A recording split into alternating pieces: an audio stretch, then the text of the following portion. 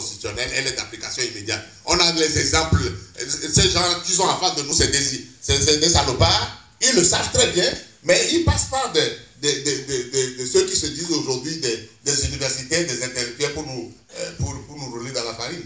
Parce que, souvenez-vous, en 2002, lorsque la Constitution a été modifiée, Yadema n'a pas attendu que ce mandat-là passe avant de se présenter comme candidat. On l'a modifié, il se l'est appliqué immédiatement.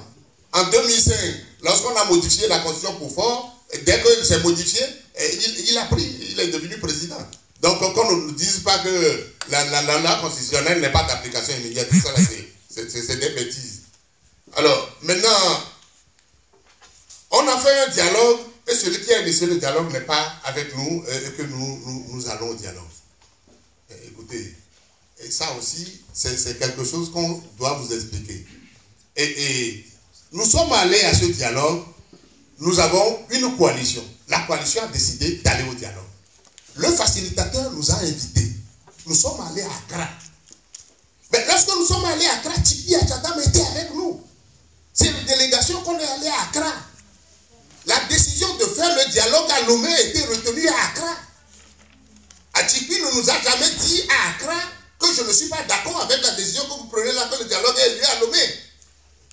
Alors, si nous allons chez le facilitateur, que la décision de faire le dialogue à Accra est décidée, est retenue, mais quel tort nous avons de dire oui, mais on a retenu que la décision, le dialogue ait lieu à Lomé et que nous faisons un dialogue à Lomé. Lorsque nous sommes venus à Lomé, la première chose qu'on a demandé avec insistance au facilitateur, comment vous assurez la sécurité de M. Tipi Achadam pour qu'il puisse participer au dialogue?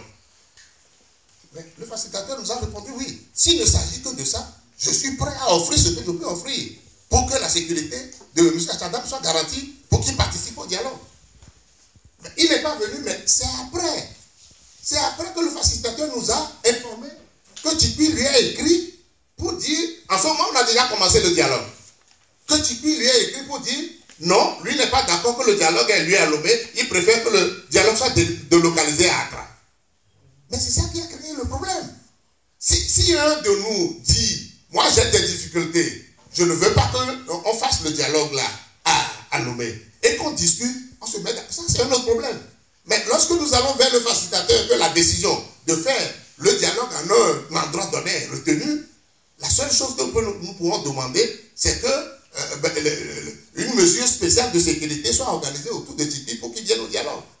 Mais lorsqu'il a des intentions que le dialogue se tienne ailleurs, c'est à lui d'insister auprès de nous. Il nous a laissé commencer le dialogue avant d'écrire, je crois, 2 semaines après ou 1 mois après, que le dialogue doit avoir lieu à Lomé. Moi, je crois que ce qui se fait là, nous manquons nous-mêmes parfois de cohérence. Alors, accuser les autres, c'est parfois trop facile. Parce que dans ce que je vous dis là, je ne sais pas quelle faute nous avons commise pour que vous dites, mais c'est honte à nous que nous ayons commencé un dialogue à Lomé sans celui qui a initié. Et puis mieux, si Tipi n'était pas d'accord, il n'aurait pas désigné des représentants pour être avec nous au dialogue. Parce que le PNP est un tout, le président n'est pas là, mais il a désigné des gens qui sont avec nous tous les jours au dialogue. Alors, quelle est notre faute dans cette affaire-là? Alors, vous dites que oui, il faut un visage. Que comment on dit ça? Comme il désignait Achadam comme physionomie de l'opposition. Oui. Moi, ces problèmes-là, moi, ce n'est pas ça le plus important pour moi. On peut désigner un Tipi Achadam. Quel que soit celui qu'on va désigner et qui fera en sorte que nous puissions régler le problème du Togo, moi ça m'importe peu.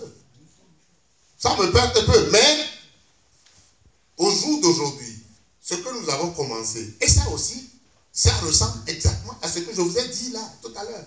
Parce que lorsque nous avons commencé les premières réunions de la coalition, mais Tipi était avec nous. Il venait aux réunions. Lorsque nous avons dit, pour le porte-parole de ce que nous allons faire, en désignant Mme Adjamagbo comme porte-parole, mais c'est ensemble qu'on l'a fait. Et il n'y a jamais eu de résistance de ce côté-là. Alors maintenant, si aujourd'hui vous estimez que le besoin de faire chantier, que c'est lui qui doit être désigné comme figure de l'opposition avant que ça ne marche, non, c'est un point de vue. Moi, c'est un message que vous me transmettez, moi j'irai le transmettre à nos amis là-bas pour dire tout ce qu'on a fait là, si on ne désigne pas JP, on risque d'échouer. Moi je leur transmettrai.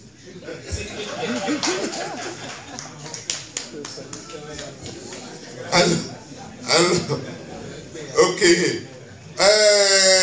Joyeux bonheur. Est-ce que l'accord signé avec le pouvoir lie la société civile?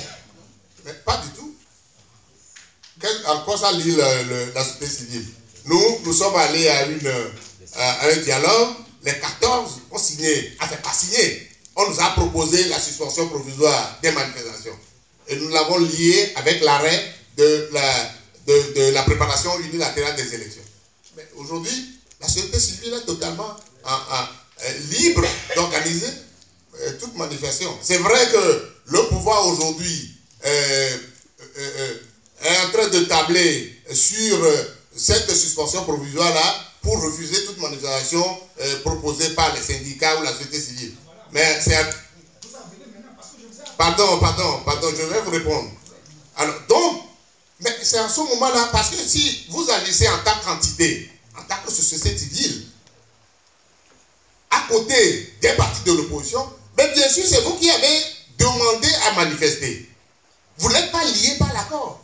Mais c'est d'abord la première personne à refuser. L'interprétation que le gouvernement fait, c'est la société civile elle-même. Puisque c'est elle qui a demandé à manifester. Nous, on viendra en renfort. Et si nous demandons une explication ou l'interprétation de ce que nous avons convenu avec le facteur, on le dira. De toutes les manières, lorsque nous avons appris que la société civile a voulu marcher, que le ministre de l'administration territoriale a dit que non, on a dit que pendant toute cette période-là, personne ne peut plus faire de manifestation de rue, nous avons écrit au facilitateur pour dire que l'interprétation que fait le ministre de l'administration de notre accord tacite là, elle est totalement erronée. Donc cette interprétation n'est pas juste, et donc ça ne lie pas la société civile, donc c'est à elle de monter au créneau pour se faire entendre. Vous avez également raison, moi je suis totalement d'accord avec vous que dans tous les pays où la démocratie a eu droit de citer, ces pays, c'est les pays où les citoyens ont eu la chance d'avoir une société civile organisée forte. Parce que je sais que les partis politiques agissent toujours par intérêt. Lorsque un parti politique veut agir, il agit toujours dans un intérêt donné. Mais la société civile qui n'est pas portée vers la conquête du pouvoir, quoique aujourd'hui notre société civile togolaise est totalement politisée, ça aussi il faut le reconnaître, mais la société civile, si elle est organisée et forte, c'est elle qui doit prendre le devant de tout ce que nous faisons aujourd'hui. Les partis politiques ne peuvent venir qu'en appoint. Alors, non, c'est un point de vue que moi je défends. Partout, si vous prenez le Burkina aujourd'hui, si au Burkina, au moment où il allait faire leur révolution, là, c'est les partis politiques qui disent oui, c'est nous qui prenons le devant. Société civile, mettez-vous derrière, peut-être qu'ils n'auront pas réussi. Ils ont mis plutôt la société civile devant, organisée, et les partis politiques sont venus pour les soutenir.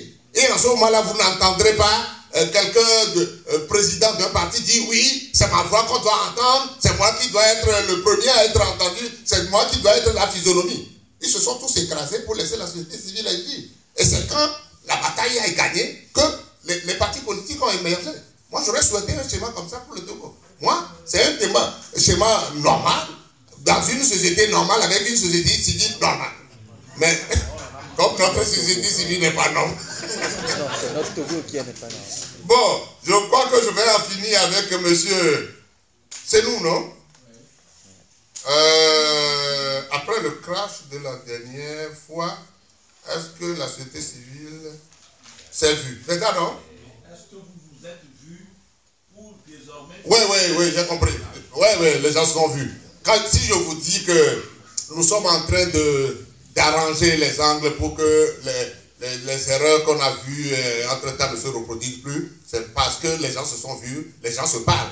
Moi, à distance, j'ai participé à ce débat-là, mais de grâce, évitons, c'est pour ça d'ailleurs que je voudrais lancer un appel ici, évitons d'alimenter justement la division, la dissension, parce que ça ne nous servira à rien du tout. Les partis politiques eux-mêmes ont compris que là où nous sommes en train d'aller là, ce n'est pas la meilleure chose à faire en ce moment.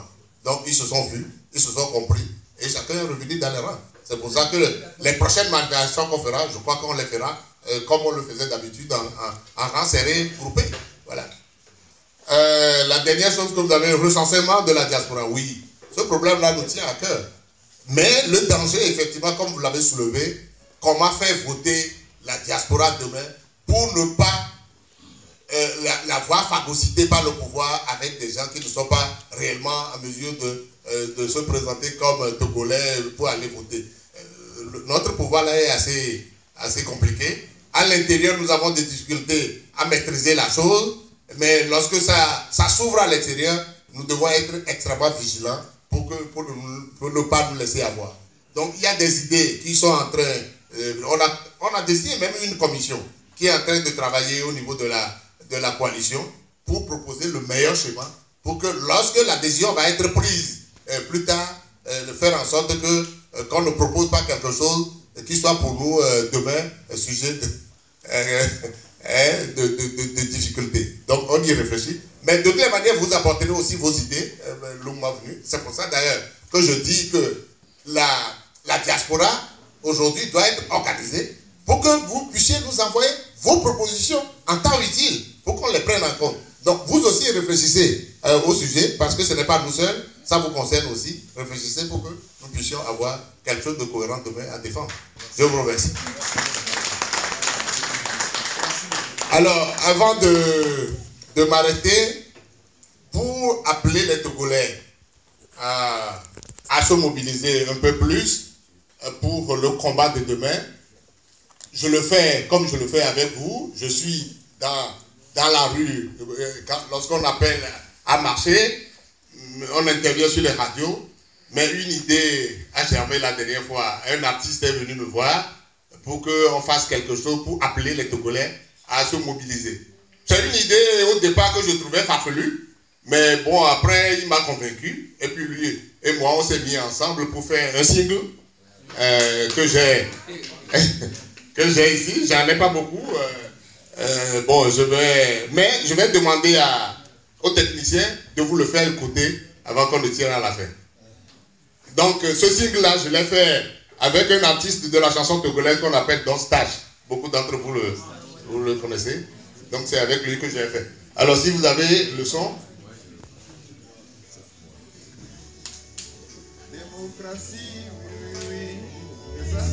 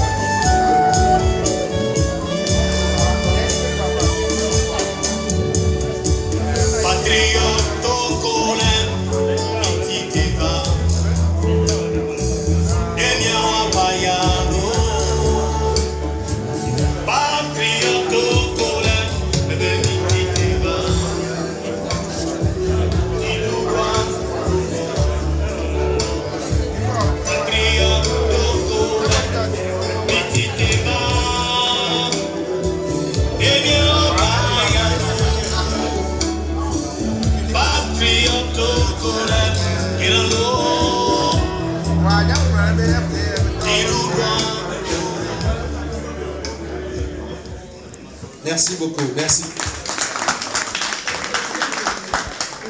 Donc je remercie Maître Apévon de nous avoir consacré cet après-midi pour nous donner quelques éclairages. Je profite également de la... S'il vous plaît. Je profite également de l'occasion pour vous annoncer que le 6 avril, à Berlin, devant l'ambassade du Togo, il y aura une manifestation que nous souhaitons nombreuses et que des gens, même s'ils sont très loin de Berlin, qui n'est pas à côté, mais aujourd'hui, des gens sont venus d'Allemagne ici. Et nous les en remercions et nous devons aller également vers eux. C'est ça, cette solidarité que nous devons créer dans la diaspora et nous avons quand même le temps d'y aller. Ce sera le 6 avril. Alors, une toute dernière chose, comme les uns et les autres l'avaient proposé et ils avaient insisté là-dessus, c'est l'implication de la diaspora, une implication effective, qui ne soit pas seulement des discours, qui ne soit pas seulement de bonnes intentions, qui sont souvent les causes de ce que nous savons. Je ne vais pas aller jusqu'au bout du dicton.